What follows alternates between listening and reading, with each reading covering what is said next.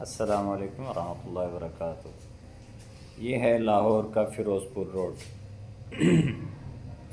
لاہور کی تاریخ کے ساتھ یہ والا روڈ بھی اتنا ہی پرانا ہے۔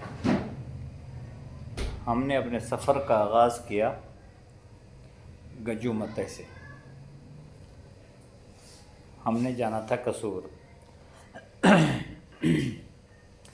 راستے میں آپ کو دکھاتے جاتے ہیں، اگر آپ ہمارے ساتھ رہتے ہیں تو ہم آپ کو دکھائیں گے کہ لاہور سے قصور جاتے ہوئے وقت کتنا لگتا ہے اور قصور کے راستے میں کون کون سا ایریا آتا ہے۔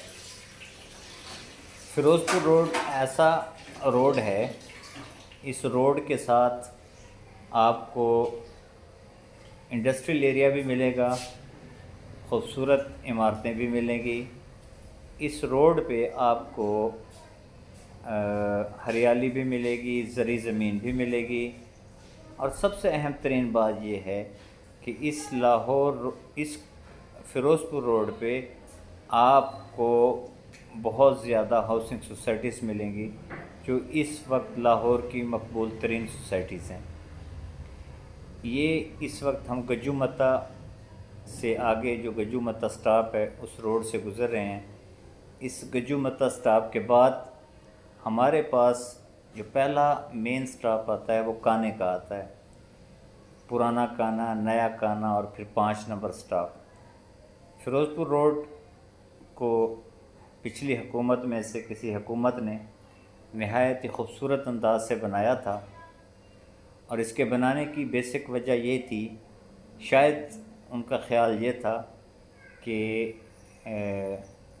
اس بارڈر سے جو ہے نا ٹریڈنگ کی جائے اور گاڑیوں کی آمد و رفت مل جائے۔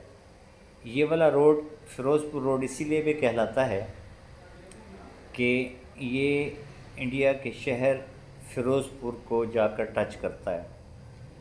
اگر آپ دیکھیں تو اس روڈ کے سینٹر میں خوبصورت درخت لگائے گئے ہیں جو لاہور شہر کے اندر تو نہیں ہیں، لیکن جب لاہور شہر سے نکلتے ہیں گجو متے سے قصور کی طرف تو سینٹر میں نہایت ہی خوبصورت قسم کے درخت لگے ہوتے ہیں۔ یہ پام ہاؤسنگ سوسائٹی ہے، پام سٹی کے نام سے، چھوٹی سوسائٹی ہے لیکن اس پہ سیکیورٹی کے نہایت اچھے انتظام ہوتے ہیں۔ جیسے ہی آپ پام سوسائٹی کو، پام سٹی کو کراس کرتے ہیں تو آپ کو آثار نظر آ جاتے ہیں کہ یہاں سے سینٹرل پارک شروع ہونے لگا ہے۔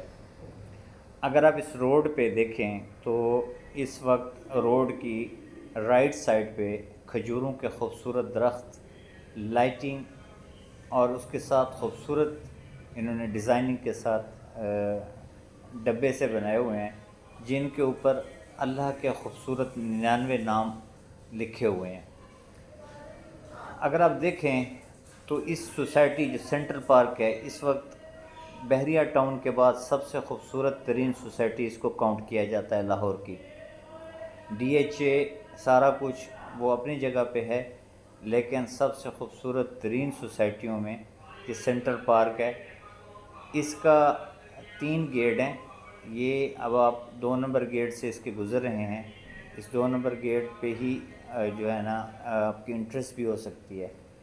یہاں پہ خوبصورت پارکس، یہاں پہ کہا جاتا ہے کہ 500 کنال کا علیحدہ پارک دیا گیا ہے جو خوبصورت ترین بنا ہوا ہے، اور اس بہت بڑی سوسائٹی بنا دی گئی ہے یہ والی۔